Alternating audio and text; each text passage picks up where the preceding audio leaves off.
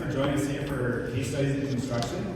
My name is Ben Stocker. I'm the Senior Construction Technologist at Skender. We're a general contractor based out of Chicago. I've been in the construction industry myself for 15 years now, and flying drones for 9 of those years, I believe. So I have a lot of experience flying drones on construction job sites, and I've always been really excited to be part of this session in particular. This is one of my favorite sessions at this conference because it directly applies to all the stuff that I do, but I also love learning about all the other ways that people are using drones on their different job sites. And another thing I really like about this session is it's going to be a lot more down to earth and like actions you can actually take out of this and do yourself at your own job sites.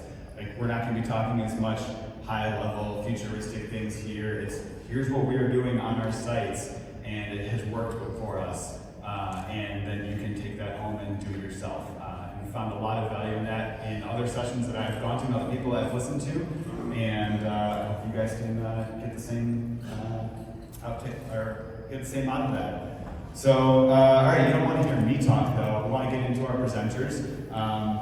We have 3 presenters today. I know there says 4 on the program. One of them is sick, so he was not able to join last minute. But to start, we're going to start with Keaton Denzer with Bechtel. He's going to be telling us all about the pre-planning, complicated environments for drone planning, and just how to get your mission planning started on a job site. And I'm sure a lot more too. But yeah, without further ado, Keaton. Hey everyone, my name is Keaton Denzer. I am the Chief UAS pilot for Bechtel, so I run our drone program international. I've now been in this position for a little over 2 years, and we've seen the program grow, but not only really the program, but the use cases, how we're using drones, why we use drones, and really how we interact and even plan and get drones on a project. So looking at our map here, you'll see that we do really fly drones all around the world. 15 different projects across 7 different countries with 30 plus pilots. One of the things that I would really like to precursor, and much like Ben said, we want to be realistic. My pilots on my projects, they're not 100% full-time pilots. My pilots on projects are going to be, they're field engineers, they're surveyors, they're indirect managers, they're people that were not directly affiliated or study or anything with drones, but are now needing to take this technology and use it in a way that our project can benefit from. So it's really important that we can have a workflow that allows projects to easily request missions, plan missions, and operate them safely with people who are not technical experts, who it is their day in, day out one thing they do. And so that's why I really wanted to bring this case study to y'all and how we look at these operations and how we communicate with one another as we do all these amazing things, like you're going to hear from these other guys as use cases on our large-scale construction projects. Bechtel itself, in case you haven't heard of us, we are a large-scale engineering, procurement, and construction company. Typically, our projects are 1,000 plus acres, and we really do use drones for everything that you possibly could. Whenever we set up the foundation of our projects, it is extremely important to us that we go in and we identify every single potential hazard when operating on our project. No matter where you're operating, if you're in a city, if you're out in the middle of absolutely nowhere, there are hazards, especially on a construction site. Construction sites are so dynamic when you have cranes that could potentially be boomed up to 300 plus feet in a single day. And if you don't have a preparation and a plan for this, then that can catch you off guard and you can potentially have errors, especially since we do so many pre-planned autonomous missions where drones stay at that same elevation and fly across the entire site. Looking at this image here, these are actually 2 standardized documents that the FAA provides. I don't know if many of you have found these before, but they're actually really helpful. It's an analysis template that really helps you identify your hazards and scale them based on how bad the outcome can be in the event of an issue and what we can do to mitigate them. And so you'll see down at the bottom the levels of catastrophic down to negligible, and then the likelihood. And of course, for those things that there are always things that go wrong, we want to make the likelihood of that go down extremely low. So before any project, before any operation, we always get with our project project management, our project safety, and we go down this list and we plan out everything that we can. In fact, we've identified over 14 plus individual, and these are like big categories when I say individual, hazards that we then need to mitigate for. So it's very important for every project that we do, and we are doing this, where we create this list for our safety analysis. But of course, the safety and the planning does not stop there. For those of us that fly drones daily, we all know that it's not just take the drone out and take it off the ground and go do something, right? That would not create value on a construction site. It's beyond important that we are able to do something that's valuable to our project.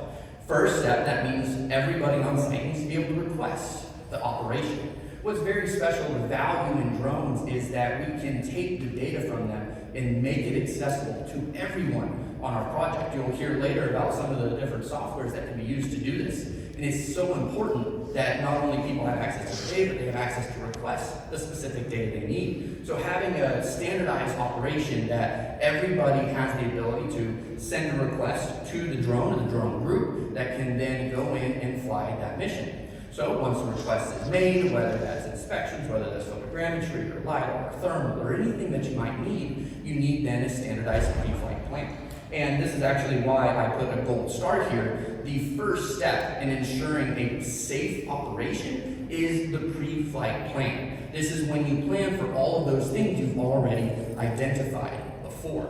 So you're going to be able to go in and you're going to identify, well, I'm flying at this height in this area for this purpose. Therefore, these cranes might be in my way, and of course, you need a direct contact to your crane operators. How to run my cranes, right? Unfortunately, with large-scale projects, with thousands of personnel on site, information may not automatically just be made to the pilot. So it's very important to pre-establish this connection to make sure that whoever might have a hazard, we can talk to them and say, hey, what are the crane heights this week? Because they might jump from 250 to 375 overnight. And we need to plan that in our pre-flight plan. Of course, there's so many other additional things. And so what this template really kind of represents, one is a standardization, but it's a customizable thing. As long as the project creates this and does not vary from it, they're guaranteed to hit the individual things that the project needs. And then once the mission plan has been created, it's to actually then send it out to the sites. So again, this is another step in the communication process where we don't just, oh, someone asked me to go take a picture. I'm going to go grab my drone, drive out to this little area, and I'm going to just fly the drone and take the pictures, right? We don't do that. That's what creates the potential for error and problems, injuries, hazards, disasters, all of that exciting stuff. And so we need a way that we can communicate with our superiors, with our project safety, with our project management. Hey, this is where I'm flying. This is what I'm doing. Are there any additional hazards that I did not note? Because again, information, there needs to be a free flow of information. This is how we create that is, hey, I'm asking you, I'm not asking you to deny my plan. I'm asking you to review my plan. Let me know, did I account for everything? Is this good? Does this work? Well, and as you can see, we really do go through the full chain of command, which then gets sent back to us. Maybe, there we go. And so once we've done the pre-flight plan, once we've submitted to all of our project personnel, it's time to do our pre-flight. And again, free flow of information. What we do before our flight, the first thing we do that day is we do what we call an all call, where we call all the radios on site for all personnel and let them know, attention all personnel, flights will be flying, drones will be flying in this area during this time, please be aware. Okay? And of course, whenever you're starting to talk about operations in an area where there's personnel, you need to deal with flight over people, flight over moving vehicles, all your FAA waivers, right? But of course, our day-to-day operations, assuming that all of that's been taken care of, are let our personnel know, okay, we're going to be flying in your area, and then we take the drone out to that area and we analyze again. So this is now the third time we're analyzing for hazards, right? The precursor before all operations occurred, our pre-flight plan that probably happened either an hour, a day, or 2 days before, and now right before we fly. Again, things change on construction projects. They are extremely dynamic, and we need to have it built in that we can accommodate for when things change from what our original plan was. The 350-foot crane may have been expected to be boomed up next week, but it's getting boomed up today, and no one let me know. Being able to analyze that, talk with those people during our pre-flight check is extremely important to be able to eradicate the potential of unexpected things occurring. Then, of course, doing your pre-flight check on the drone, checking the hardware, checking the software. I know all of y'all have probably already been in that room and heard of all the amazing pre-flight checks that the drones are doing internally. And those are fantastic, but we always need to be redundant ourselves and check the drones, check the propellers, check the frame, check the camera. Do a little test flight, lift it off the ground for 30 seconds and make sure, hey, is this drone acting, responding, and sounding correctly? All of us know that while technology is absolutely amazing, for some reason, things just decide not to work. Sometimes a motor just decides it's not going to spin. And I'd rather find that out during a 5-second, 3-foot above the ground flight than when I'm 35 minutes into my flight and over an area of the construction project where I don't want the drone to be going down, which of course is nowhere. We don't want that to happen. So doing that check, making sure everything's operating before we press play, before the manual, before the automated operation is extremely important, and therefore that's why it gets the next gold star. So our operations, it's very, very important, and of course it's important to document the pre-flight check, right? It's not just sending a guy out in the field and saying, hey, I want you to check these things, and he'll do it the first 2, 3, 4 times, right? We've all worked with technology where we get so used to it, it's so repetitive that we kind of start, skip this step, skip that step. Don't quite do all my checks. It's really important to have a set process where it is mandatory to check every single aspect of these things every single time. And so once you do the pre-flight, once you've checked everything, once everything's been documented and signed off and everything looks really nice, we go for the flight. And of course, there's so many amazing reasons and ways that we fly on projects. But how we do it is very, very important. We don't just press play and play on our phone or message on Teams, or it's a very busy day, right? I mean, just like I said, my pilots, they're not pilots only. They're getting messages that they're needing to go and do survey work or management work, field engineering work, something of that sort. But it's very important and mandatory that while the drone is up in the air, that we're not on our phones, that we're not checking to message or call or social media, anything that might be distracting. We need to set that away and watch the drone. Of course, visual line of sight, making sure that we can see it, monitoring airspace, monitoring birds, monitoring cranes, right? We've already done our pre-flight check. There shouldn't be cranes coming up, but always be prepared, always be planning, always make sure, of course, monitor for weather and all the different things that might be able to change while your drone's in the air. Of course, for the different reasons that you might be flying, for an inspection, you might only be flying 10 feet off the ground. So the way you act and the way you analyze while you're flying that type of flight is going to be very different from something when you're doing large-scale mapping, where you're going to be 397 feet off the ground. So it's very important that we monitor at all times. And then the post-flight. Once the drone's landed, we always need to make sure document. And what I mean by that is there might have been something weird that might have occurred. Maybe the drone didn't return up to home right away. Maybe the drone made a funny sound halfway through the mission. And it's really important that we note and document when these things occur, because it might be a random event, but it might also be a pattern.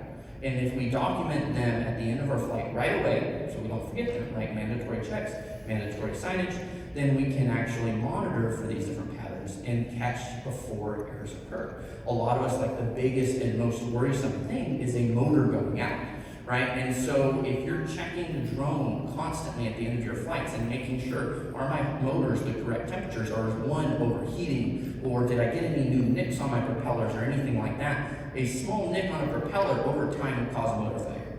And a motor failure will cause a drone to go down. And that is a very, very large hazard that we cannot accept on a construction site. So having those redundancies, those backups, those checks, those documentations ensure that we're operating safely, functionally for all the different type of operations that we're doing. So that's really all I have for y'all about how we're operating drones in these really dynamic and changing environments. Really appreciate your time, and of course we'll have questions at the end. So thank you.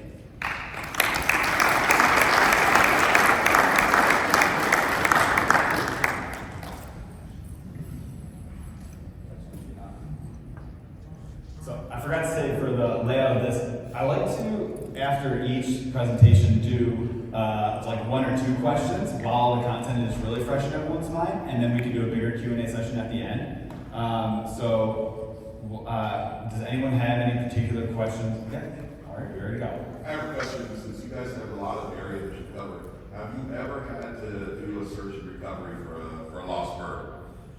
Fortunately, no, we have not had to do a search and recovery so we essentially make a mandatory, not only just line of sight, but essentially we force our pilots to be within a certain diameter of the project and have to know emergency landing zones. So even in the event of an emergency, such as like a motor failure, most drones like the DJIs, they have what are called 3-motor emergency landings that actually allow you to control the drone left or right. So it's part of their pre-flight plan to have predetermined safe landing zones in the event that that occurs. So, yeah, definitely, thank you. Any other immediate questions before larger Q&A at the end? No?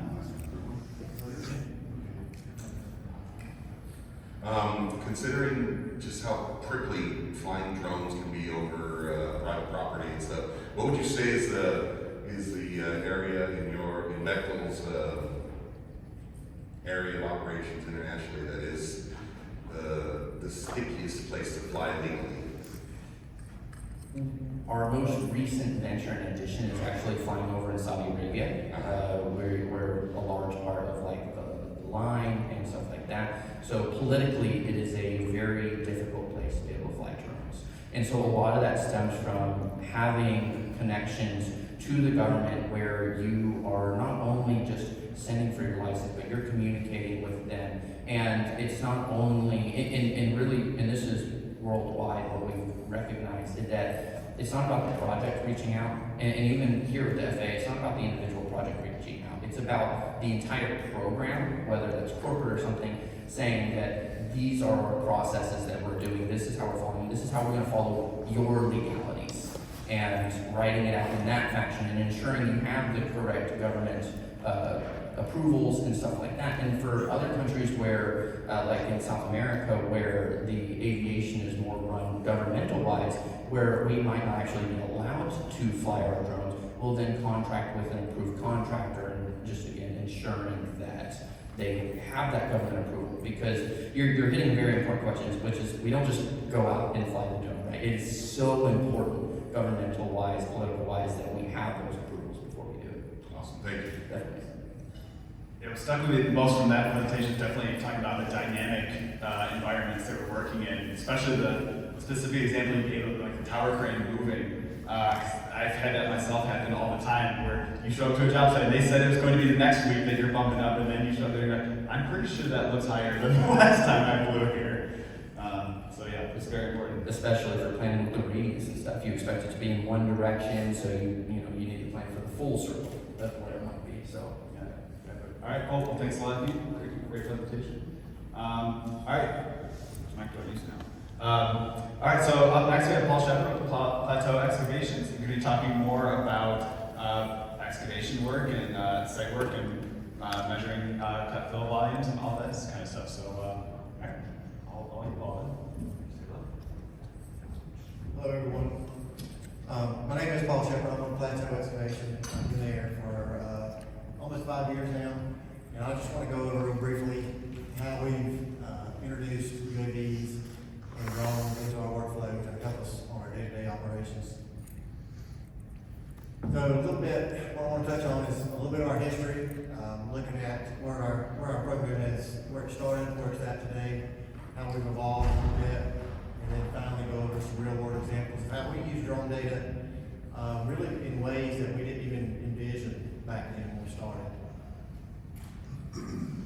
So don't worry, I'm not going over this whole slide. The main thing I want to point out here is the highlighted line where we installed our first GPS equipment on a D6 dozer way back in 2003. So that just shows that the Plateau has been accepting the technology for quite a while, and really that made my job easy when they brought me on board, because they were looking to do the same thing with drone technology as well. So looking back, the initial two problems that we were trying to solve with these, bringing drones on board was we were already working with machine control GPS, and we had GPS-based rover systems implemented on a daily basis. and the drone data had to match that data as well. Plateau, there were certain guys there that were trying to already get the drone program up and going, but we're struggling with this component of it, not matching the survey data that we're already using.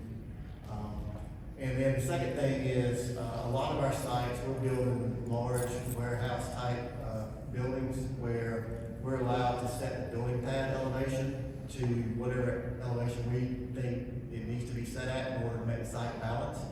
And so before the drone came on board, we might only have one, maybe two topos, ground run topos before that pad turnover date. And with the drone coming online, we might have 6 to 7, 8. It just depends on how big the project is. We've got a lot more confidence in setting that building pad elevation now.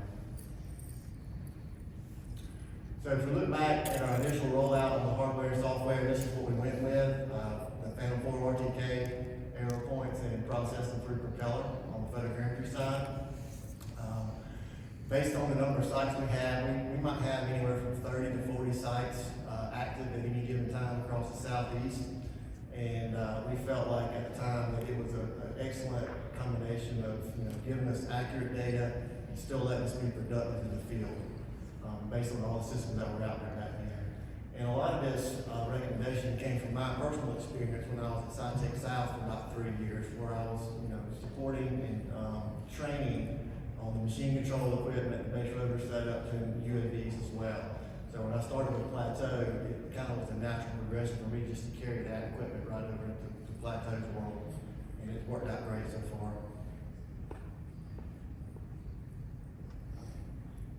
So if we look, move forward 4 years, almost 5 years later, this is what our drone program looks like. We're running 4 Mavic 3 Enterprise systems. We've got 1 Wingter Gen 2. We just recently purchased one of the Dock 2s with a Matrice 3D in it. And then we've also got 1 M300 with the Phoenix Recon XT. So we've grown quite a bit in the past 4.5 years. On the software side, we're still processing photogrammetry data through Propeller. The LiDAR data is going through Phoenix's LiDAR Build, which is a cloud processing software as well. And then all that data gets pushed back through Trimble Business Center. And inside there, we're running, I don't know if you're familiar with it, it's called a Rock Pile Solutions toolbar inside of TBC. And we use those two in conjunction together to clean up the data before we pass it over to our estimating team. And then we've grown from just myself being the only pilot to we have 3 full-time pilots on staff now. And 2 of us are kind of doing double role with some QC analysts on pushing all the data back to our estimated guys. As far as ground control goes, we're still sticking with the arrow points from Propeller on all the photogrammetry flights. On the LiDAR side, we typically use the square ones up at the top right for all of our flights. We've recently purchased some of these hexagon-shaped targets with a little reflective disc on them, and still trying those out. I'm not completely sold on them yet, but I do like the way they show up in the scans, but I've seen a little bit of issues with some of the 0.5 data on those. We've tried incorporating the arrow points into the LiDAR data by placing them up under those square targets so they can record the GPS position, but it's still a little bit, we got more to work on that side of things. So right now we're just using the fabric targets and shooting those points in with the GPS rotor. So everybody's talking, everybody wants construction progress photos, and those are great, don't get me wrong, but to us, it's so much more than just a pretty picture. This is a 12-month snapshot of our propeller usage. So I don't know how good you can read it in the back, but I'll go across the numbers over on the right. We've uploaded data to 29 sites in the past 12 months. We've got a little over 100 users using the platform. We've uploaded and processed 642 surveys through their system in the last year. And then those 100 users have made roughly 1,800 measurements inside the platform. I think the biggest, most staggering number up here to me is they're hosting almost over 47 terabytes of our data on that platform. So, I mean, that is massive.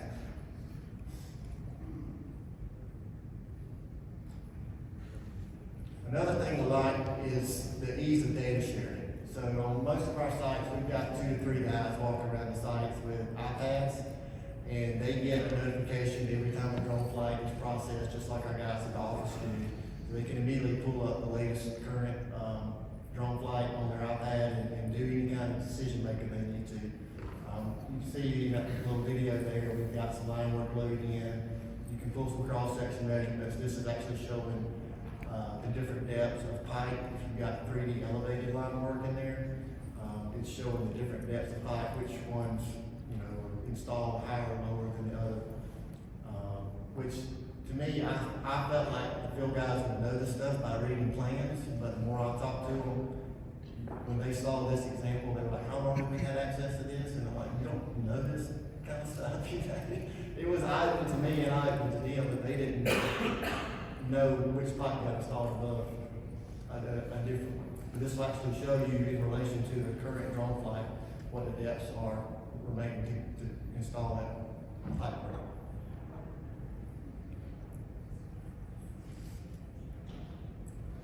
So if I look into the data process a little bit, I touched on this a little bit so far. The photogrammetry, like I said earlier, is still going through Propeller. Everybody gets, all the users get an email when the site has been processed, so they can go in immediately and start making measurements inside their platform, doing reporting either to anybody internally or out of the company if they need to. And then if we're going to use that data set for site mounts, and like I said, we'll kick out a point cloud and the ortho to bring in TBC to clean up before we pass it on to our estimating team. And pretty similar on the LiDAR side. The main difference is that we're really only flying our LiDAR drone for the first flight when there's still vegetation on the site. And we're really looking for major bust on that flight between our flight data and the engineer's original ground topo. If we see anything, we can push back to the engineers and say, hey, we see a problem, we haven't moved any dirt, it's kind of on you guys to fix it and move forward. Whereas if we go out there and start moving dirt and then figure out the problem, it's on us to figure out and pay for the fix.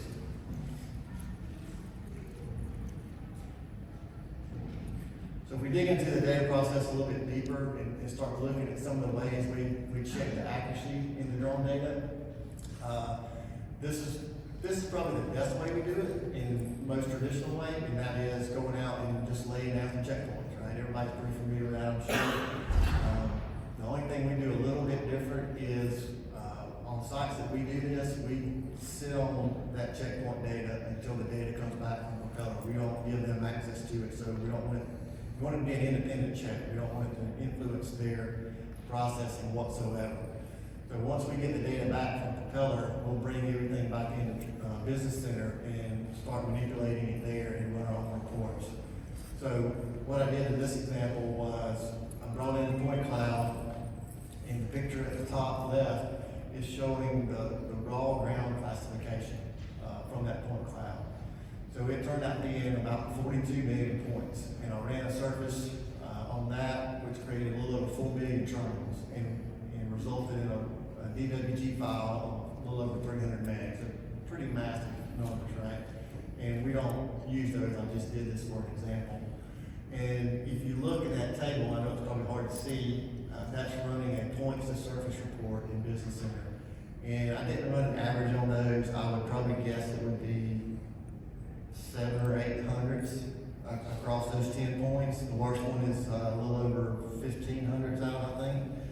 And then I kept going. So I took that raw ground layer and went through and removed all of the equipment, all the machines, any pipe laying on the ground, anything that wasn't dirt, and then ran it through that rock pile toolbar that I mentioned earlier, which, based on some settings you have set in there, it will decimate the point cloud and only hold the points you need to maintain the shape of the surface, right? So it knocked the point count down to just under 204,000 points, and the triangle count to just over 410,000. And the file size went down to about 34 meg. So greatly decreased all that. And then if you could see those numbers on the right, a couple of them went up, a few of them went down. I'll bet you the average is within 1 or 2 hundredths of each other on the two surfaces. But passing that clean surface down to our estimating team is going to make their life much easier when they start pulling that data into their CAD software. And then the final thing I do when we do this type of check is I run that raw surface to our clean surface, surface report. And on this one, there was only a difference of about 1,800 yards across the whole site, which when you spread that out over that many acres, it's a little over about 15 thousandths of a foot. So pretty minimal.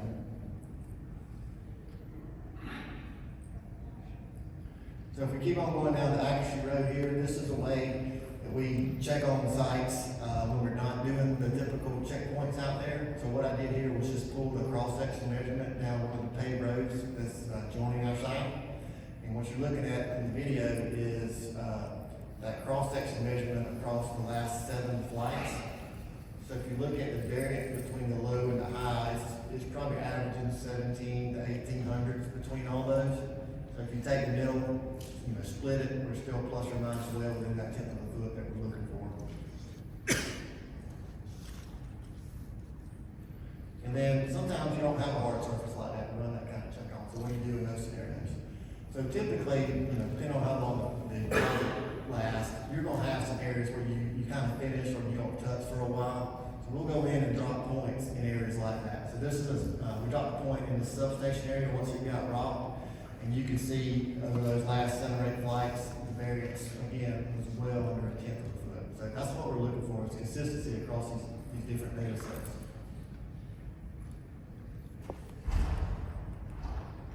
So we start looking at some real world examples on how we use this drone data when we really didn't know that we would even need this looking back way back then. So this was a site where we built this slope. And we got accused of not building it correctly. They said that we were pushing the dirt off the top of the hill, just over the slope, and we weren't actually building it in lifts and compacting properly. So we pulled a cross-section measurement, and you can easily see that it was built in lifts over time, and how much, based on the flight date, how large were the lifts. And so once we sent this up to the people that were, basically starting this dispute, it shut it down immediately. And at the time, we had no idea we would be using this data for anything like this. We just get where we fly these sites on a consistent basis, and we've seen example after example of how it's come in useful down the road.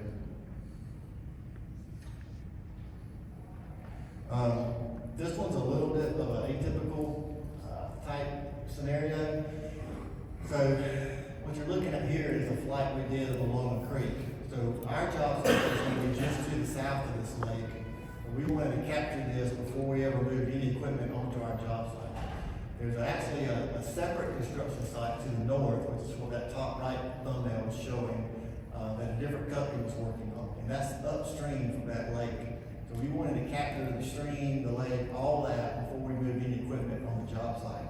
And then that kind of gave us some historical evidence to show, hey, this lake was already getting sedimentation in it before we ever touched our site. Because as you'll see in a second, our site was right up against that lake, but we're on the downstream side of the lake. So it allowed us to monitor the condition of the lake across the life of the project. Now, luckily, nobody raised any kind of problem with it. This type of stuff is what we try to look for on the front end of the project. We've done some other things where we flew a road in case, so we could show the road condition throughout the life of the project. We would tear the road up, we would not tear the road up, that kind of stuff.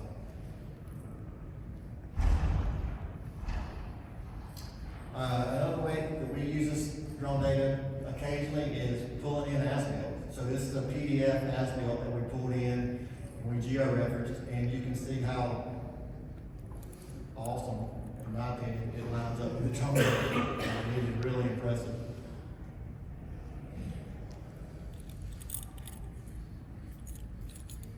And then the last example, this was pretty recent. This was a site about 30 minutes northeast of Atlanta where we went in and mass graded the site and moved off completely. While we were there, we installed a water line, and the water line of this is these white lines. So you'll see it. It's this white line right here going out toward the road. And we didn't tie into the existing water line out at the highway because that road had to be widened where all those trees are. So we did our part, we moved off, and then several months later, they widened the road, and we called back out there to tie into the county's water line, and when we did, we ended up, there was a water leak on the job right around here. And what you'll notice is, over time, we go back down this timeline slider at the bottom, we saw this trailer get moved in. It's got yellow gas line pipe on it. So we're like, all right, what's going on here? So as we start moving that slider back and forth, you'll see, I think it's on the July flight, let it come back up. You'll see some tracks in this area right here. And what it is, that's the boring machine. They set that boring machine up to run that gas line this way across the road, and they struck our water line. So we were able to prove, just with pictures, that hey, we didn't do that, and we weren't responsible for it. So, I mean, it just, emphasizes the value of this data. Sometimes you feel like you're out there wasting your time. Like, we haven't been out here in 3 weeks, we haven't been in the dirt mile here. But when you see this kind of stuff, it all comes full circle. So that's all I got for now. If you want my contact info, just grab that QR code and anybody got any questions?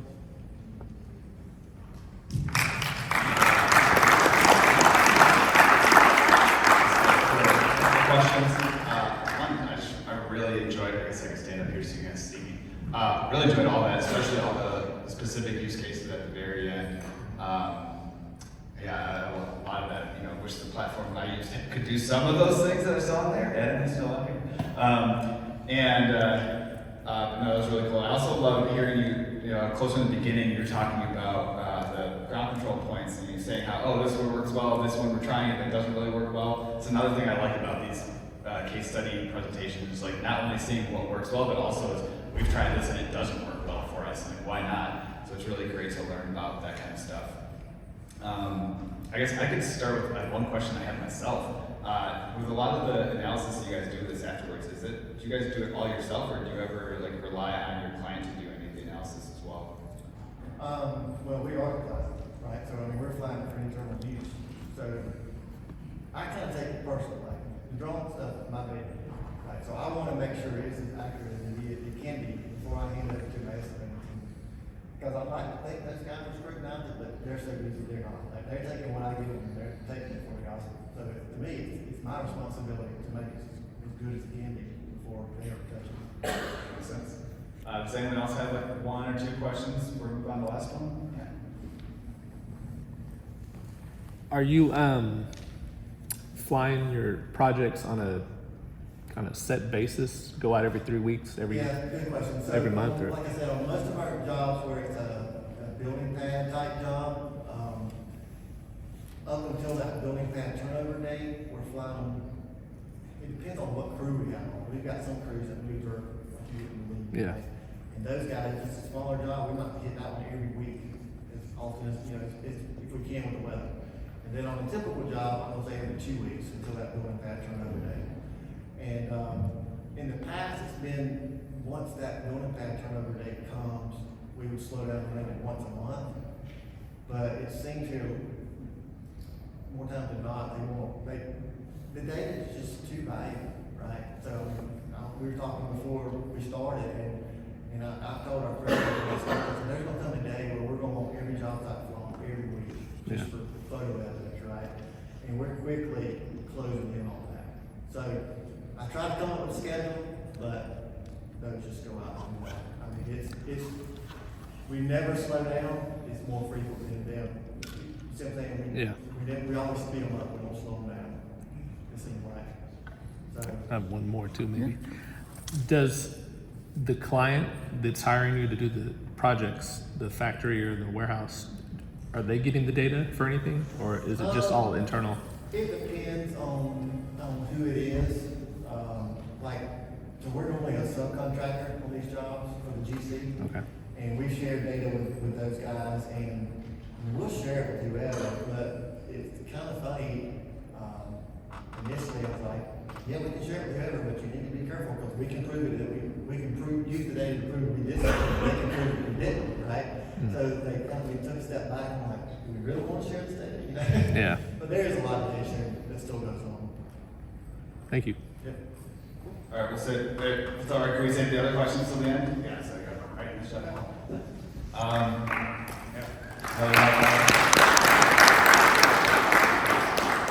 So our last presenter we have is Stuart Drohoda with DPR.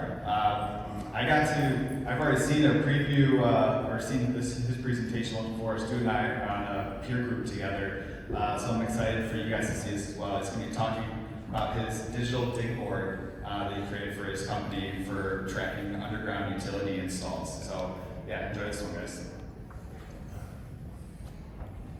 All right, thanks for having me. Thanks, Ben. All right, so I'm Stuart Drohoda with DPR Construction. I'm going to talk to you guys a little bit about our digital dig board. So a little bit about me and our program. So I'm from Colorado originally, lived in Florida the last 15 years. Been in construction my whole life. My dad was a contractor out in Colorado. Been flying drones for about 10 years. At DPR for the last 6. Pretty much started our drone program there. We scaled from like 3 or 4 pilots to 35 in the southeast. And then we started the field technology group, which was drones, laser scanning, and surveying. I also support our VDC team a little bit too, so I kind of wear a bunch of different hats. But super passionate about drones and technology. The project that we're going to talk about today is the UCF College of Nursing, which is in Lake Nona, which is just south of the Orlando International Airport. So have some, we're in a 200-foot zone, so a couple challenges there. 19-month project, about $60 million. It's not a huge site, it's just a couple acres. But they're doing some cool things there for the nursing program, some really cool suites for virtual reality and just a lot of cool teaching scenarios, sim lab, stuff like that. We have a nice enterprise agreement with Drone Deploy, so that was a big push in the beginning. Hey, let's get Drone Deploy out there. Let's get that moving. And because it's a government project by the state of Florida, we are governed by the Florida Statute 934.50, which means we have to fly non-DJI products on site. So we're actually doing this all with the Skydio 2 drone. So I don't know about you guys, but we're a couple things that we're not great at, right? As an industry, as a builder, striking underground utilities and as building our underground utilities. So, I was at a job site a couple weeks ago, and I literally found some printed out documents with highlighted as-built with like a highlighter, and I was like, wow, guys, we got to do a little better than that. So, couple of problems that we're like, hey, how do we solve these? How do we make it better? Consequences nationally, right? So 2,000 injuries a year, 400 deaths a year. This is just in the U.S. 30 billion in societal costs, right? The environmental impacts are countless, right? We're polluting our earth. And then, most of this stuff can be attributed to not calling 811, failure to pothole or soft dig, and just poor as-building, poor locating. At DPR, we already have an analog dig board process, which has been good. It functions as a communication tool. It's process-driven. It's a conduit for success. Like, ultimately, it's a good process. What it is we have a 4x8 board in the middle of the job site where we have that dig board, basically sheet up there. It tells about, hey, what utilities do we have, what's going on here, and then we put like a printout, like a laminated printout of an updated map with some PDF overlays on it. And we post that. The guys have pins. They go out there. They pin what we're doing, what they're working on that day. It's a decent process. The problem is for us to get the data like round tripped. Often it takes 10 days to 2 weeks. So whenever that thing gets posted, it's like, hey, it's already old. It's useful, but it could be better, right? It costs $400 to $500 to do that print, plus the time to export the survey, to turn it into a 3D file and then overlay it. It's just a challenge. So we were like, hey, what are we going to do, right? We already had an existing relationship with Drone Deploy, which has been awesome. We love working with them across DPR. We've got 70 pilots. We have a solid standard operating procedure. Like I said, we have enterprise licensing. Everybody can use it.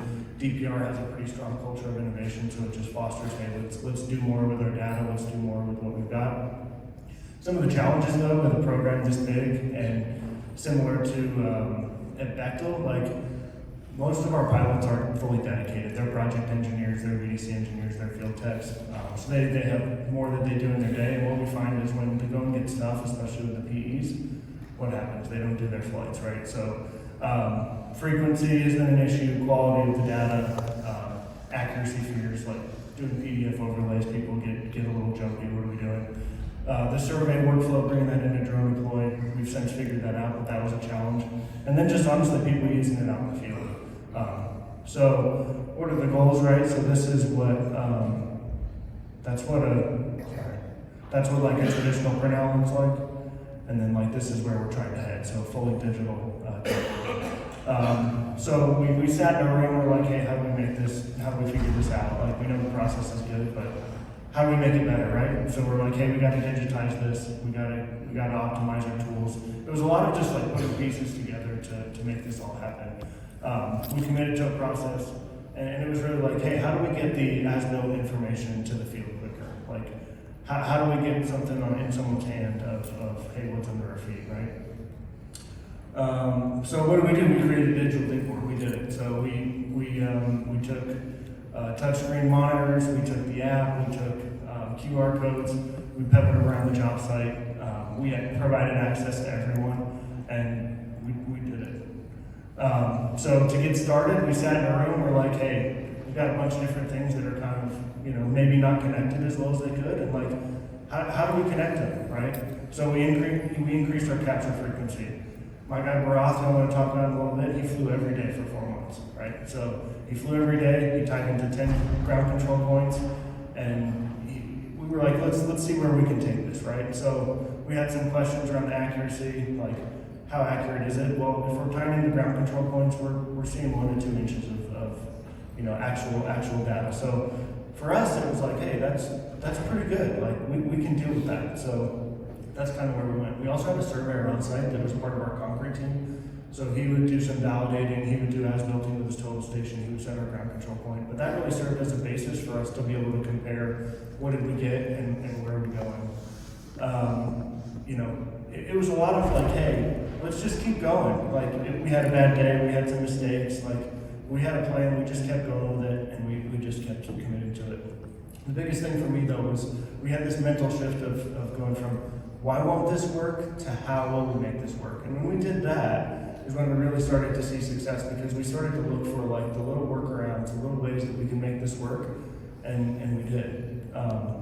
And ultimately, like we provided our team members, craft guys, trade partners, with a tool in their hands that they can literally walk around the job site and understand what's under their feet. So these are my 2 guys. These are the guys that made it happen on site. So we got Barath, who's the champion, and Nick, who's the enforcer. So Barath's a VDC engineer. We trained him up just for this job to fly drones. He picked it up pretty quickly. He flew every day. He killed it. And then he managed the platform. So he's making sure that we're getting the annotations. So how we did the as-builting, we literally take the annotation tool and drone deploy, and we draw over the utility. It's very simple.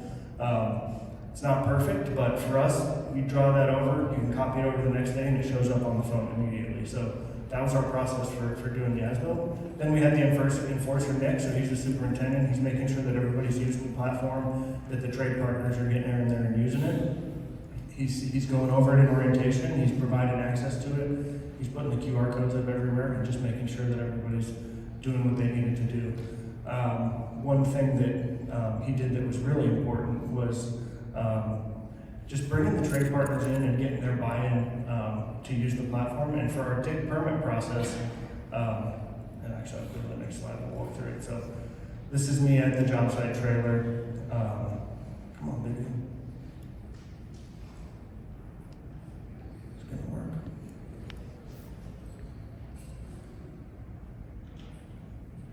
Okay, all right, it's a little shaky, but you can see it. So this is live on the touch screen. So we're literally like, you can touch on any of the utilities, see what it is. We annotate the depth of it. You can do it in the trailer. You can do it out in the field on your phone.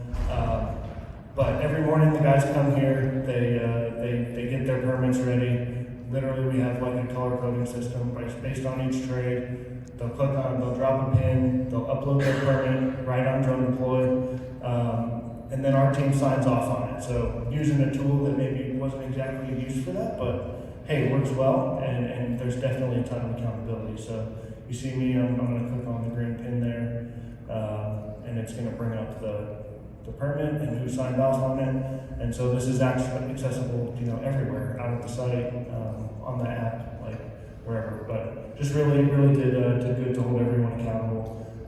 And we, not to lie, we had some mistakes, right? And when we go back to looking at like what happened, it was people didn't follow process, and we had that documented in drone deploy. So, good with the bad. So we put up these QR codes around the job site, and this has been pretty cool. So just we've got them on signs everywhere inside the building. People can go and scan it, and you don't even have to be a drone deploy user. You can like sign in right on the web app, and you can just access the data. So this is me walking around the site with the app. You can see the blue dot on the screen when it switches back. But yeah, so I'm in the middle of it right here. I'm going to turn off the overlay. I'm going to drop a pin because I'm going to do a take here. So just democratizing the data for our teams. It's just been super powerful. So what did we get out of this? We actually got this robust as-built platform. It's alive, it's living. We've done over 100 maps since we got started. It's probably over 110 this week. We've got over 400 annotations, almost 50 dig permits. Everybody's using it. We're continually validating design. The as-builts are strong, and we're working on kind of bringing those to the next level to model elements.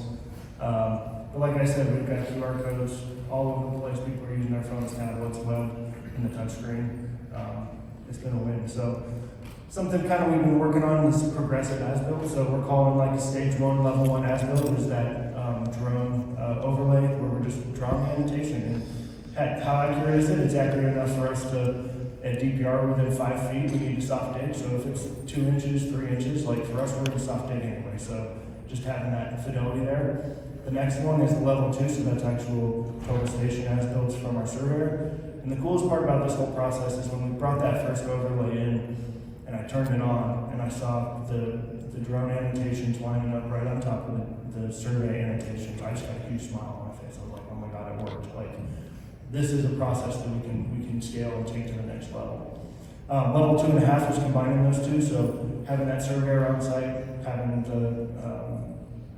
the drone pilot on site, doing that daily, combining those. What was really crazy is, well, not crazy, but cool was sometimes the surveyor would catch something that the drone pilot didn't get, and then sometimes the drone pilot would get something that the surveyor didn't get. So them working together gave us like a very robust as-built. And then level 3, so drone deploy's been heavily working model elements into the platform, and so not on this job, but on one of our other jobs, we've had success bringing the model elements right into drone deploy, so that's been really cool. But the keys to success, so what is the process? So how do you take this and go make it happen on your job site? So it starts with doing your homework, right? So at DPR, something that's not great. So 20% of our utilities that we strike are ones that were there before. 80% of the ones are things that we put in place or that were put in place during our job. So you got to start somewhere. You got to get that base map. So we're working heavily with a company called 4M, which is a conflation engine. And so they basically take historical data, satellite imagery, 811, civil utilities, and they build you a base map of hey, this is what's here, this is what's existing. We take that CAD file, we put that on drone, we do an initial map, we get our survey team out there, we locate everything. And then we're going to bring in GPRS to do a targeted effort to see what's there. After that, we've kind of determined like, hey, we've done a pretty good job. We're gonna start construction.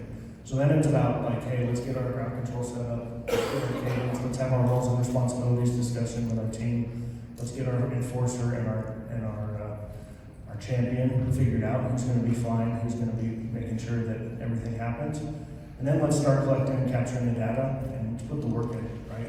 It's a lot of work. Doing 100 maps is. Yeah, it's a small site, but it's a lot of time to do that. So realize that you got to put the work in to get the work out. Commit to the process. Be persistent.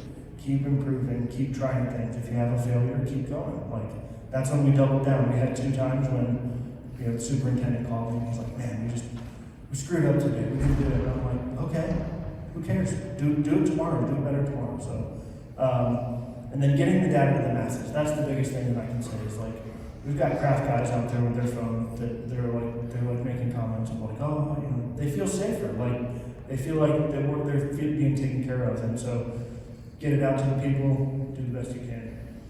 So what does it all mean? Like, is it worth it, right? We've created a safer work environment. We're creating and consuming actual as-built like in a 24-hour time period. We've increased the visibility of what's happening on our project sites.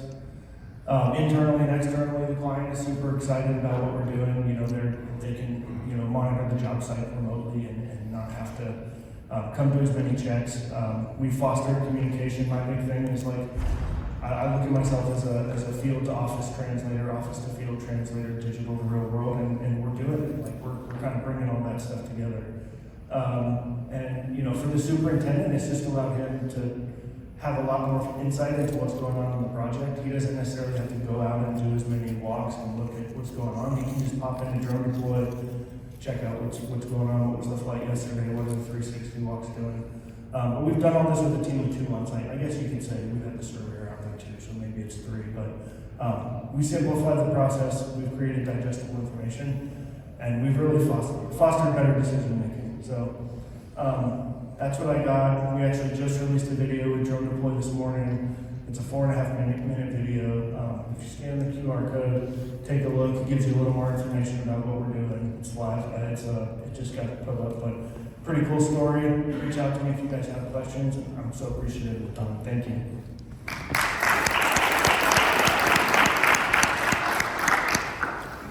Awesome, thanks, Stuart. Yeah, that's the whole process is just really cool. Like we at Skender, we've done something similar, but you guys just took it to a whole other level. And like I've already shared what I learned from that with our teams. To be like, hey guys, let's try to emulate this a little bit because it's really impressive the level of just collaboration and communication you get out of that, and have a safer job site because of it. Really cool. Does anyone have any specific questions for Stuart before we go into like general Q&A? No? No takers right now? Okay, cool. We'll go into like a general Q&A. Let's bring everyone back up. Yes, you guys could ask questions. You could ask questions specifically about one of the presentations or just in general. These are all really knowledgeable guys here who can answer pretty much anything. So yeah, you could come up to the mic in the middle here if you have a question.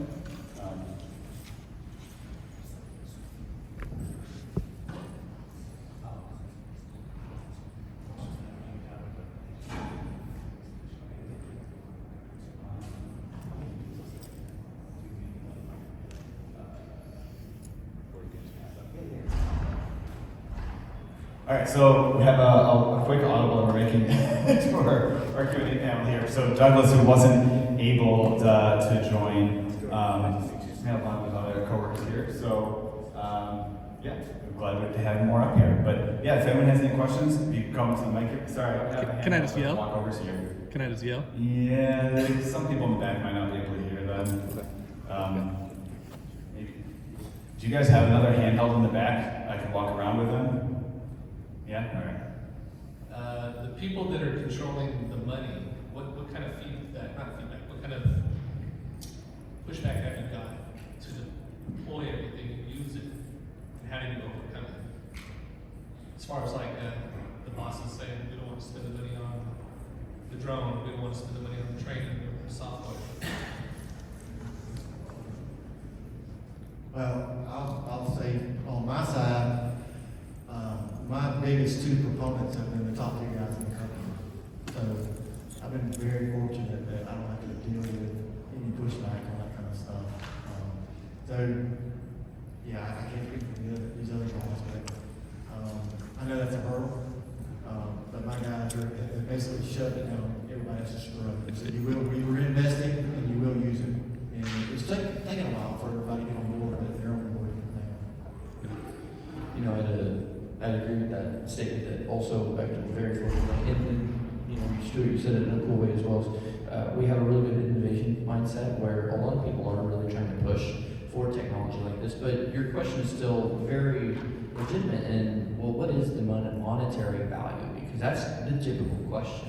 And when it comes to drones, that monetary value may not just jump out, right? Because you're spending money on this new technology, you're creating this new workflow, you're creating an entire new ideology on the project on how to do stuff. But where we really sell it with our upper levels is the quality of data, the quality of work that can come from using this technology. And specifically with that, hence why my talk was more about safety. The use of this technology does improve project safety tremendously, multiple times more, and just being able to give us that bird's eye view of ensuring that people aren't walking in the way of machines, keeping people out from having to walk in dangerous areas. So there's that guaranteed value, and then the way I always say it is the true guaranteed value, what you're really getting your money back for is the photogrammetry base maps, because the value in every single person on site being able to have access to that information. Again, construction sites aren't very good at getting information from one person to the next. And so it's the quality of communication and the quality of work that comes from that because of the access to the data that drones are providing. I'll just give my perspective. So at DPR, we have a drone deploy enterprise agreement, so that kind of takes care of that first hurdle. We encourage the projects to purchase drones. So it's purchased on the job. We train up a pilot there. It can be a PE or a field engineer or whatever. We find that that's like, if we're kind of covering the cost with a position that's already covered, it makes things a little easier. If we have specific jobs that, hey, the specs call for this drones like that, we may be able to like even have that as a line item in the budget. But we go through a pretty extensive like, we call it virtual building, so it's VDC and field technology in the beginning of our jobs, and it's like, hey, what are we going to do? What's going to provide the most value? And then what's it going to cost? We actually have a separate group. We track it as a self-performing part of our business. And so it's, you know, it's complicated, but I guess kind of what Bechtel's saying is like, you know, like people know the value, and it's like about getting your foot in the door and like kind of just getting that repetition, and then all of a sudden a PE or a superintendent's like, oh my God, I figured something out from 3 months ago that saved us $10,000, and it's like, there you go, let's tell that story. So. Thank you. I guess we'll do a quick intro. I'm Brady Resch here for Douglas. He's just running a little vacant today, but to answer your question as well for Sundance Media Group, the way that we try to sell up the chain, right, to other people who are making, you know, who have access to the wallet, I guess, so to say, is to put it into perspective about nowadays it's getting harder and harder to find people for all these positions, whether it's construction, whether it's survey, whether it's any of these things.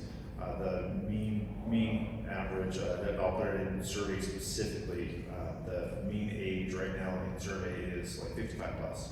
You can't get anybody new in there, which means how do you get new fresh faces, the new generation to come in, and that's building in the technology in order to bring those people into those positions, because I don't want to be a surveyor. I do construction stuff, but I don't want to be on a construction site. I want to be playing with the technology.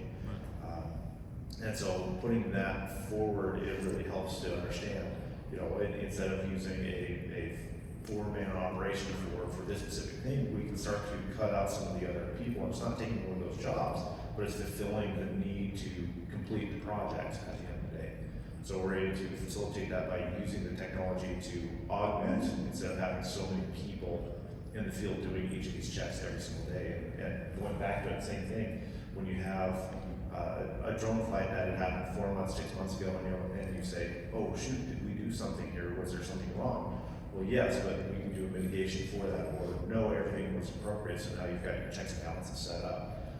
So it's not, trying to sell it upstream is not an immediate, hey, you're getting a return on investment immediately. It is over time with using the product. And that's the key, is you have to be using the product. If you buy it and have it sitting in a closet, I'm sure if all you know, if it's sitting in a closet, it's wasting money.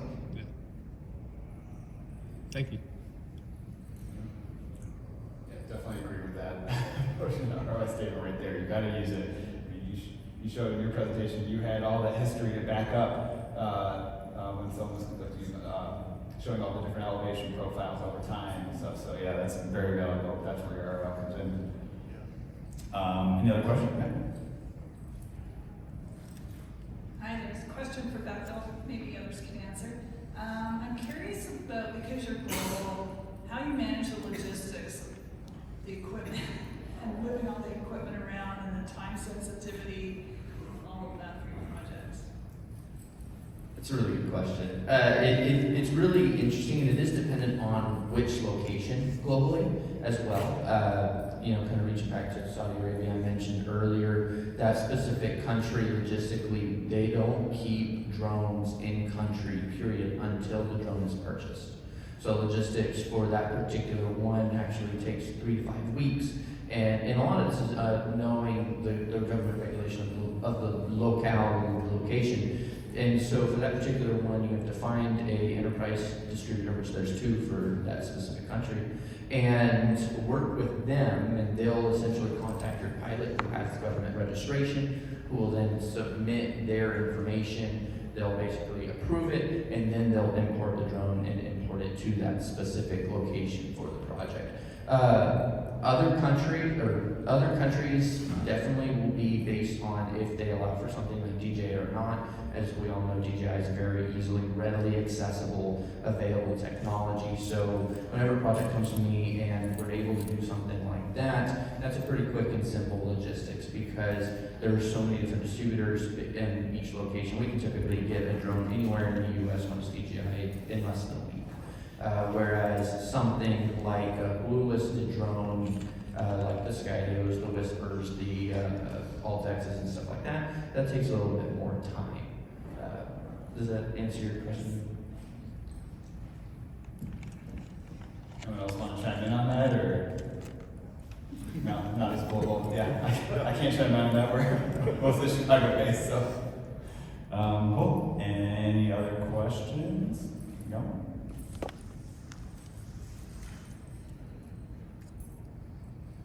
Since Mr. Denzer went ahead and brought up things like the blue list, and it brings to mind for me anyway, the NDAA compliance and stuff like that. Or specifically, Mr. Shepherd, you guys got a very, very big fleet that flies over and monitors things like gas lines, highways, electrical lines, utilities, things like that that can be claimed critical infrastructure.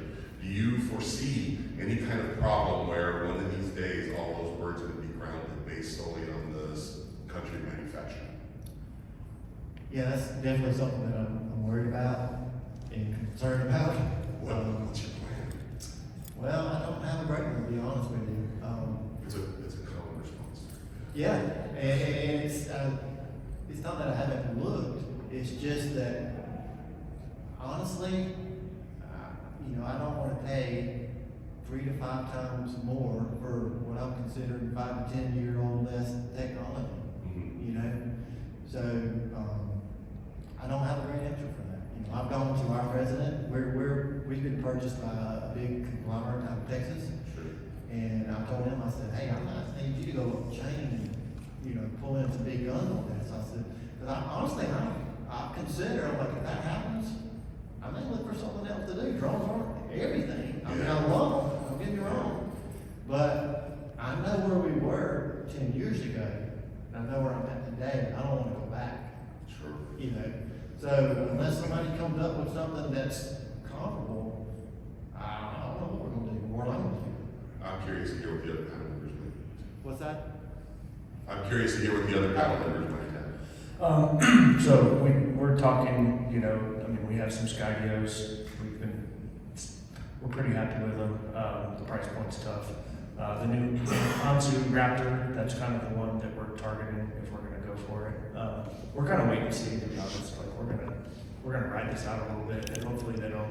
If it's a ban, it's going to be progressive, right? So it'll be like, hey, you can use this, you just can't buy new ones. So I know a lot of people are stockpiling 93s right now, and we probably should do that too. But I'm not sure what's going to happen. I don't think it's going to go through. But there's going to be a black market for M3s. Yeah, that all happens. The black market Facebook group, whatever that might end up being for everyone to sell your M3s. I'll address this by saying that the industry is constantly evolving. We don't know exactly where it's going to be. The NDAA ban that was coming up got turned down. It's getting rewritten to be pushed back up. So we're always floating right in limbo. And there's also different considerations to go by the NDAA and the blue list. Of course, to my knowledge, nobody here needs blue list unless you're specifically Department of Defense or the Department of Energy. But outside of that, NDAA is enough. There's enough pieces out there, new drones. Everyone's got the IF-800 these days out on the show floor, so you'll see 100 of those everywhere. The wing truss systems, there are other alternate systems that are coming to market here soon. It's just hard to go at the same rate that all the potential bands could hit, right, to make it timing as key. And just like I mentioned before, they're expensive. It's 2 to 3 times as expensive as the DJI counterparts. But in the next few months, who knows if you're going to find the Mavic 3 Enterprise unless you're on the black markets to find them, because there's no parts, no batteries, no anything. So stockpile and get them ready, and try to plan out moving forward. Specifically for Sundance Media Group, we've always focused on NDAA compliant solutions. So we have less of the DJI presence, but we still have DJI, we still have Autel, we still have all these other pieces. And it's a very hard question to specifically address because everybody's in limbo, including the government at this point. Thank you. Come to Canada. I guess my question is twofold. One is, I heard on a panel yesterday that they said don't show up to a construction site with PPE or otherwise. Don't, if you're a drone pilot, don't say, hey, would you like to see my portfolio? You know, don't do that. So some of you have a construction firm that is regional. Some of you have a construction firm that is broader, nationwide, global, whatnot.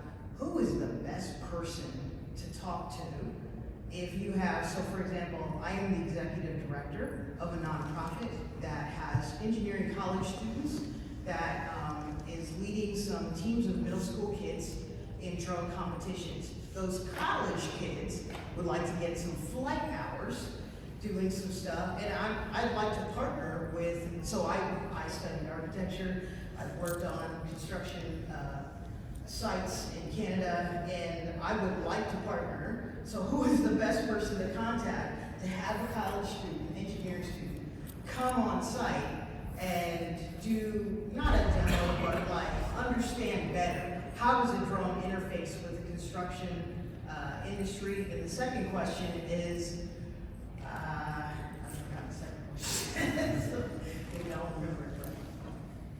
I'll start with the Bechtel's stance on that particular one. We have outreach groups within Bechtel that work with high school, junior high, college level kids that have interest in the different types of construction and reaching out about drones or seeing how that's used in construction, reaching out to a group like that in their corporate level in Bechtel. That'd be the group that would do that type of outreach, and they approached me, and I've actually done several conversations with groups about this through NACME is one that is on the top of my head. That's a great group that we do outreach, and we'll show them, sometimes we'll take them to site, which of course is the full PPE, which is kind of difficult. It also kind of depends on where their interests are specifically in the drones in our type of realm. Of course, you mentioned like the drone competitions and stuff like that. You know, it kind of makes me think of the more fast-paced drones or more cinematic-based type drones. And unfortunately, in like our line of work, there's a lot more of automation and pre-planning in how to use this technology versus actually just going out and manually finding out on site because of the additional risk that comes with that. So, making sure that their interests are in full understanding of the full scope of they're going to be automated, where it's going to kind of be, I hate to say boring, but where you're more sitting and doing everything in the pre-plan. And there's also the manual stuff where you're going to have a visual observer, and you're going to have to be good on the sticks and be able to manipulate so you don't accidentally go in the wrong direction, get too close to things that you shouldn't, and stuff like that. But yeah, that would be my stance for these specific type of groups, is to reach out to our corporate departments that do the outreach, that can then make these type of things happen with your groups.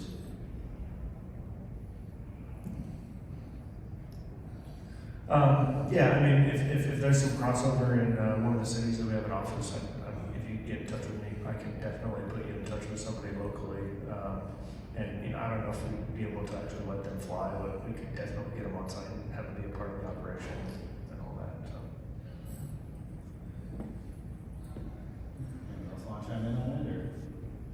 Good? I can real quick.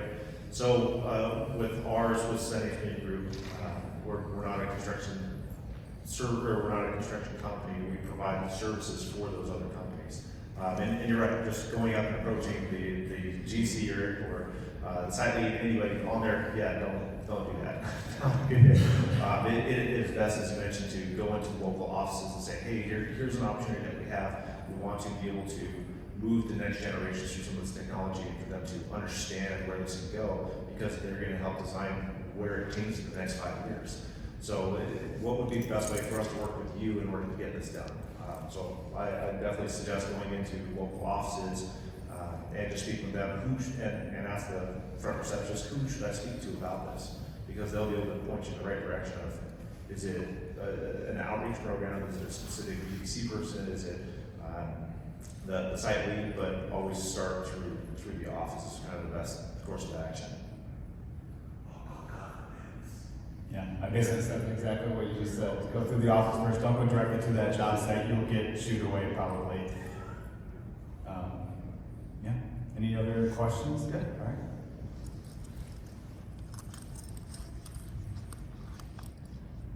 Okay, I'm a little short for this. So you had mentioned Saudi Arabia. I'm based in the Arab Gulf as well, and our EPCMs have tried to implement a drone program. A lot of drone programs, when they're not actually dedicatedly managed, they don't take off the ground very well. So that got shelved after a while. One of the observations that we had is in our part of the world, labor is extremely cheap. And so it becomes really hard when you're trying to make the case not to leadership, who usually has really grand visions, but to project managers, why we should be using this technology and why we should be using drones in our job sites, when your argument is not going to be reduced manpower costs. So in Saudi Arabia, how did you handle that, and what was the arguments that you were trying to make to convince people to implement drones on site when labor really is so cheap for surveying and for all of that? Yeah. No, I'll answer that in two parts. Specifically about like regionally, cost of labor and stuff like that. One of the mentalities we had as well was hire the regional pilots, the companies nearby that can do it. And the thing was, when we would do that and we go to the site, we find them parked literally on the side of the road, flying the drone over there, not looking in the same direction. So step one was safety. I hate to sound like a broken record, but that one word really means. So bringing in in-house allows you to control the safety and the operation of this technology. Because while it's amazing, the value is outstanding, if we don't recognize the potential hazard of having this large of technology on site, there's going to be a huge problem, and then it's going to get banned from all of us, right? And us as in construction, how we fly it. And so that was one. And then the second answer to that is the scale of our projects there are so large that in the event of, let's say, excavation of some underground utility or something like that, let's say we had something go wrong, the individuals that would need to go out there would need to hop in a vehicle. They can't just walk out there. It's not a short drive. It's probably about a 30, 45-minute drive to that location, because job site speeds are anywhere from 10 to 15 miles per hour. Get to that, visually look at it. They don't exactly have something to judge based on what reality is. Maybe they make a decision, maybe they don't. Then they have to drive 30, 45 minutes back and then communicate with somebody else who may or may not have seen it yet to make a good decision. So drones out there was actually a very, proving that one point itself. In fact, we did a use case, a study on some excavation of some benches on the side of a mountain. We would have saved $50,000 in one day using drones. And that is just in simple time of management leaving their office to go out to look at the problem and come back. Whereas a drone, flight over that type of area would have been a 10-minute flight, photogrammetry for 300 photos would have been a couple hours. So in the same day, they could have had a 3D model of it, they could have overlaid the design model, and all in a group without leaving their office, without losing their train of thought, without changing from their whatever else they were doing, get on a call, look at this, and very quickly and quantitatively say, do this, and do that. And that's how we really proved reality capture with both drones and scanning everything in that region. Thank you. Definitely. Anything else? All right, I got another question. Is it something you think that one guy can do kind of in his spare time, as far as like, you know, if they contact the GC or whatever, doing that on their own in their spare time, as far as like photogrammetry and mapping, or is it more of like progression stuff, where you just and also are the photo like progression photos stuff is that even in high demand right now at all? Just for also clarifying, when you say someone doing it in their spare time, are you saying internally within the company or someone externally as a service Externally, provider? like I'm a drone service provider that I kind of do this as a side gig. Okay. And I just didn't know if that was even a market that people would take. Absolutely, it is a market. However, it depends on the size of the company that you're going to. A lot of companies are starting to integrate these drone teams internally, which means that they don't need to externally get any additional people unless they have these projects in those other remote areas where it would be far more cost effective to hire a third party, right, to come in and sub, rather than ship somebody out with all the equipment and get all the pieces. So it is definitely possible. It's harder to do that, but it is definitely possible to go through that. So I would suggest to find construction, engineering, survey, even the small mom and pop shops. I used to work as a draftsman at an architecture firm. I can't read my own handwriting when I go out to the field. So then I was like, well, how can I digitize this? Well, throw drones in the mix. And just did that for my firm. And then we had a few other firms say, well, you've been getting some pretty good results and pretty consistent results through all this. So let's now sub that out to other companies. So that's kind of how it started. So there's definitely a high demand. It just depends on the size of the company and if they have anything internally. I was just gonna say, based on, you know, a lot of the presentation that I showed, I've got a fairly extensive GPS background, probably almost 20 years worth. And, you know, it's kind of led me to this point where I kind of am fortunate that I'm not a surveyor at all, but I understand a lot of the practices in that side of it. And it's allowed me to kind of incorporate that into the drone side of things. I mean, taking the drone out and flying a mapping mission with it is pretty simple, right? But for us, making sure that data is tied into the systems we were already using was a key component. And it's, I think it would be difficult to do it as a side gig without having some of that base knowledge, that GPS-based knowledge. And I would say that's something that interests you to kind of look at that side of it for sure, because if you got any company that's running, you know, GPS on their machines, they're gonna want the same thing. You know, it's pretty much almost a given. And in the way that we're working on sites. So, you know, I'm in a lot of these Facebook groups, and you know, I see it all the time. Hey, I passed my test. I got my drone. What can I do? You know, nobody goes to Lowe's and buys a hammer and sends that same thing. You know, so look at where you want to end up, and then start going down that path. Is my advice. And I'm just trying to be honest. I don't want to come across me mean at all, but that's the way I look at it. You know where you're trying to go, and don't just go get the tool you think that looks fun. You know, because I see a lot of times in those groups, and it's almost comical. You know, because you never see in any other industry where they go buy the coolest new thing and say, what can I do with it? You know, how can I make money? Where do I get customers? You know, so that's my advice. In your experience, is it, do people want like progression photos, or is it better to do a map? For us, we are moving so much dirt so fast. Our guys, number one need is the data, the 3D data. And then, you know, as we progressed and, you know, Propeller has added functionality to their platform, now we can go up and take 360 panorama photos and pull that into the platform. They love that stuff. But you can't do anything quantitative from it. It's great to look at, and it saves those guys, some of our office personnel, trips to the field to see the same thing that they can see from that panorama photograph. But the long and short of it is that the numbers is where the power in that data is. You know, where you get the numbers from.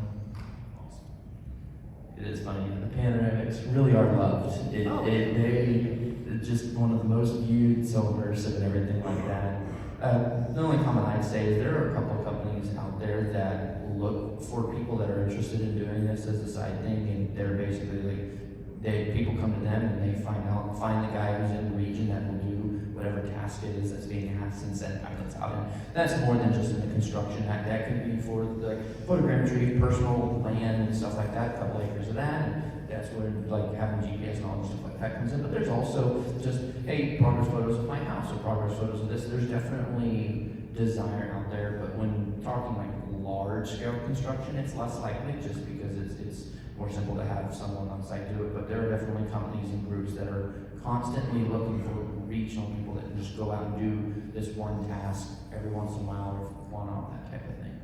So, Yeah, I'd just say get good at a couple things. Like some things that are hot right now are like the indoor tours with drones with the Avatos and Skydios. Like those video tours are really hot.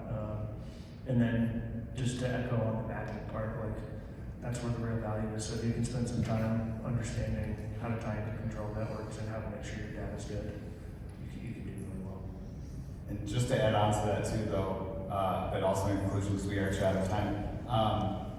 But it's not just getting those photos, making the maps, models, or whatever. Like all these great things, you saw how much we do with that data afterwards. And sometimes, if you're going to a smaller company or something that doesn't have a drone program, they might not fully understand what to do with that data afterwards. So that would benefit you a lot to be able to guide them and help them. What type of analysis can you do with that data? Because they might be less experienced with it. Where as a medium, larger company, they're going to have people who know what to do with it, but they'll also probably just have their own in-house pilots, as they mentioned. So yeah, it'd be really helpful to know what to do with that data. All right, we're out of time though, and I'm holding you guys from lunch. So thanks everyone for coming. Hopefully you have some good takeaways from these case studies.